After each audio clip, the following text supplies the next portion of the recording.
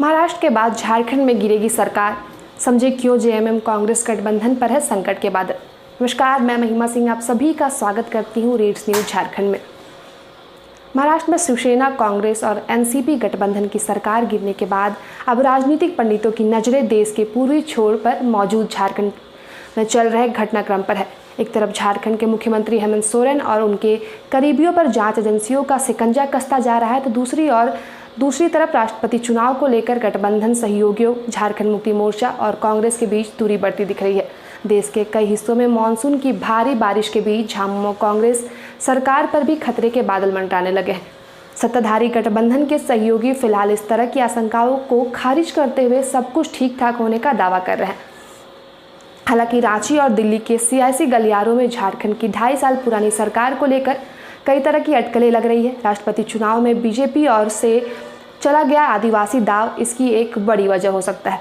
NDA ने राष्ट्रपति उम्मीदवार के तौर पर द्रौपदी मुर्मू को उतारकर झारखंड में गठबंधन सहयोगियों में दरार पैदा कर दी है।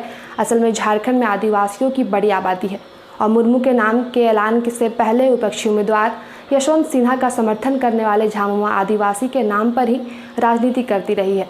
ऐसे में उसके लिए झारखंड की राज्यपाल रह चुकी मुर्मू के खिलाफ जाकर यशवंत सिन्हा के लिए वोट करना मुश्किल हो गया है। वहीं कांग्रेस चाहती है कि सोरेन 2012 की तरह इस नैरेटिव को दरकिनार करके यशवंत का साथ दे। बता दें, उस समय झारखंड में बीजेपी और झामुमो की सरकार थी। बीजेपी ने राष्ट्रपति चुनाव में आदिवासी नेता पीए संगमा को उम्मीदवार बनाया था, लेकिन झामुमो ने यूपीए उम्मीदवार प्रणब मुखर्जी को वोट दिया था। सवाल किया जा रहा है कि यदि झामुमो ने 2012 में संगमा को दरकिनार किया था तो इस बार मुर्मू के खिलाफ क्यों नहीं जा सकती।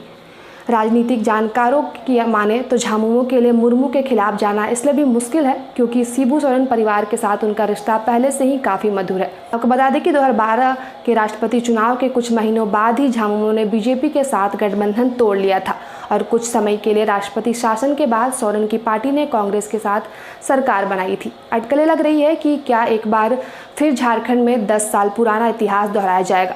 झारखंड के पड़ोसी राज्य बिहार में भी 5 साल पहले राष्ट्रपति चुनाव के बाद सत्ता परिवर्तन देखा गया था। 2017 में आरजेडी के साथ सरकार चला रहे नीतीश कुमार ने राष्ट्रपति चुनाव में एनडीए के उम्मीदवार रामनाथ कोविंद को यह कहकर समर्थन दिया कि बिहार के राज्यपाल सर्वोच्च संवैधानिक पद पर जाएंगे। कुछ समय बाद ही नीतीश कुमार ने महागठबंधन को छोड़कर दोबारा बीजेपी के साथ सरकार बना ली थी।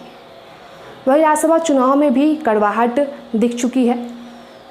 फिलहाल कांग्रेस और आरजेडी के नेता खुलकर बोलने से बच रहे हैं, लेकिन कई नेता अनौपचारिक बातचीत में बेचैनी और चिंता जरूर जाहिर करते हैं। गठबंधन दलों के बीच बढ़ती दूरी का ही नतीजा है कि एक तरफ जब मुख्यमंत्री हेमंत सोरेन और उनके करीबियों पर केंद्रीय जांच एजेंसियों का शिकंजा कस रहा है, तो कांग्रेस और आरजेडी इसका ज़्यादा विरोध करती नहीं दिख रही। हाल ही में राज्यसभा चुनाव के दौरान भी कड़वाहट सबके सामने आई थी, जब सोनिया गांधी से मुलाकात के बावजूद हेमंत सोरेन ने बिना कांग्रेस को विश्वास के लिए उम्मीदवार का ऐलान कर दिया था। शुक्रिया, आप देख रहे थे रीड्स न्यूज झारखंड।